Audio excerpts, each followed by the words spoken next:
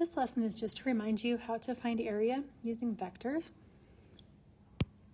So at the beginning of this lesson, we've got some prior knowledge that you need. So the regular area of different shapes. Then there's also this information, and I'll go over that in this video.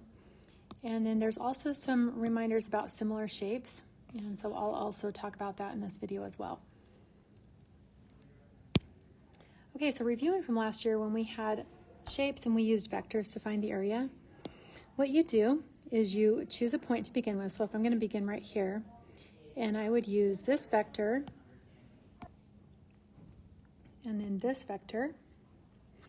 And so what I need to do is I need to find the components of each vector. So for this one, I'll call it vector A. I'm going to count how many that way and how many that way. Counted 13 and 6, and so I'm putting those components right there in a matrix. And then for the other one, I'll call it vector B, I'm going to go -4 and then +8. So -4, +8. And so I put that in a vector. And so to find the area of that quadrilateral, what I do now is I find the determinant. So I say 13 times 8, and that's 104. And then subtract, and then -4 times 26 is -24. So that's going to be +128. That is going to be the area of this shape right here. Now I can modify that to do something like this. With a shape like this, I'm going to need to split it into triangles. And so I can just draw the lines that I need to split that into triangles. And so what I have is I have 3 different shapes that I'm going to find the area of. Now remember that triangles are half of the area of a quadrilateral. So I'm going to take each of these vectors and find the area individually. So I'll do triangle 1. So I'm going to choose this vector and then this one. And so I'm going to count the components. And that's going to be 7, 1. And then for the second vector, it's going to be 5, 5. So I'll find the area of that. So I'm going to say 35 minus 5. So that's 30. That would be the rectangle or the parallelogram that would go with that. So since it's a triangle, I'm just going to do half of it. So this is going to be an area of 15. So now I do the second one. So I'm going to take triangle 2 and I'll do this vector and this one. It doesn't matter which vertex you start at as long as you go from that point for both vectors. So for this one, I'm going to go over 1 and up 4. And then for the one on the left, I'm going to go 1, 2, 3, 4, 5, 6, -6, and then up 3. So finding the determinant of that, 3 minus -24, that's going to be 27. And then half of that is going to be 13.5. So let me put this one is 13.5. And then for triangle number 3, I will do this vector and this one. So I'm going to count those components. So 6, 3, and then 1, 4. And so the determinant of that is going to be 24 minus 3, so it's 21. And so this area of triangle 3 will be half of that, which is 10.5. So to find the area of that entire shape, I'm going to say 15 plus 13.5 plus 10.5.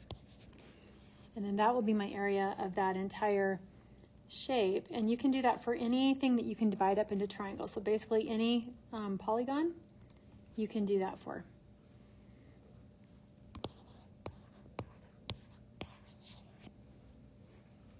Okay, the next thing I'm going to remind you about is when you have similar figures. And so when you have 2 shapes that are similar, that means that their sides are in proportion to each other. So if you look at these 2 rectangles, we've got 12 to 9. And if they are similar, then the ratio 8 to 6 would have to be equal. So you can check and make sure that those are equal proportions. So both of them simplify down to 4/3. And so my ratio, my scale factor for this is 4 to 3. And so that's going to be my scale factor. So then that makes, if I had something unknown, I could use the scale factor to find it. So are the figures similar? That's yes. What is a scale factor? So 4/3 or 4 to 3. Okay, so the next question is find the perimeter of both shapes. So obviously to find the perimeter, I am going to add the sides. So I'm going to have 12 plus 12 plus 8 plus 8. So that's going to be 40. And then on the smaller one, I'll have 9 plus 9 plus 6 plus 6. And so that's 30. And so the perimeter of each is 40 and then 30. And then the scale factor of the perimeters is also 4 to 3. So when you say 40 to 30, it still reduces to 4 to 3. And then when I'm talking about any lengths or perimeter, that's just like the one dimension, and so that's always going to be the same. Now find the area of each one. So if I'm going to find the area of these rectangles, so for the area of the purple one, it's 12 times 8, and so that's going to be 96. And then the smaller one is going to be 54. So if I put that in here, 96, and of course that's centimeters squared, and then 54 centimeters squared. And then the next question, what is the scale factor of the area? So the scale factor of the area, 96 to 54. Hopefully you can see really quick that that's not going to be 4 to 3. So I need to figure out what that reduces to. If I look for common factors and everything, I can simplify this down. So 96, if I divide both by 6, that will get me to 16. So 96 divided by 6 is 16. And then 54 divided by 6 is 9. So 16 over 9, that is reduced. I can't do anything more with that. And so if I say what is the scale factor of the areas, you'll notice it's not 4 to 3. There is, however, a relationship between the scale factor of the rectangles and the scale factor of the area. Do you see what it is? If you remember back here, okay, it does say that right here.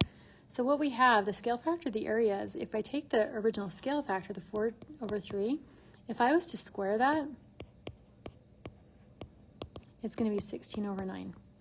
And the reason why that works is because if you square it, we're talking about 2 dimensions, so like length times width. That's why you square it. And so with the scale factor of areas for any shape, if they're similar shapes, it's going to be their scale factor squared, and that'll be the scale factor of the areas. By the way, it also works the same for volume. So if you take the scale factor of the volume, that's going to be to the 3rd power because you're going to have like length times width times height. So you're going to have 3 dimensions. So that's why you do that. Okay, we'll do one more with similar shapes. And so if I'm telling you that these rectangles are similar, then you know that their scale factors are going to help you find the missing pieces. So if they're similar, the scale factor from 15 to 6 is going to be the same for the other side, so 11 to x. So you can use that to find the missing side. So you can set up your proportion and solve it. So you're going to end up with 15x is equal to 66, and so x is going to equal 4.4, and so that's going to be how long that side is. And so I can find the missing side. I know what the scale factor is, so I can answer these questions. So 15 to 6 is my scale factor. I'm going to reduce that fraction, so 3 goes into both.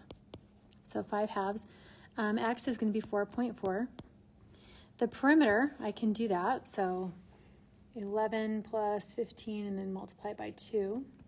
It's going to be 52 for this one. And then 12 plus 8.8, and that's going to be 20.8. And so I can write those down. And then what is the scale factor of the perimeters? I can do 52 divided by 20.8, and I can simplify that.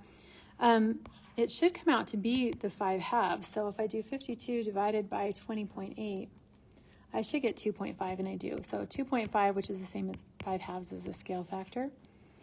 Now, as far as the area, 15 times 11. So the area of the red one is 165. And then the area of the blue rectangle is 26.4. And so if I write down those areas, okay, if I look at how they compare, the scale factor, 165 over 26.4, that's not equal to 2.5 or 5 halves. So if I do 165 divided by 26.4, it's going to be 6.25. So how do you get that? Well, if you look at 5 halves, which is 2.5, or if I say 5 halves and I square it, 25 over 4, check that out. It's the same thing. And so that's how you do that. So when you're looking at areas and you have to compare them, the scale factor of the areas will be the scale factor squared. In summary, if the scale factor is a to b, then the length, sides, perimeter scale factor will also be a to b. The area scale factor will be a squared over b squared, and the volume scale factor will be a to the 3rd over b to the 3rd. So that's what you're going to use for this assignment.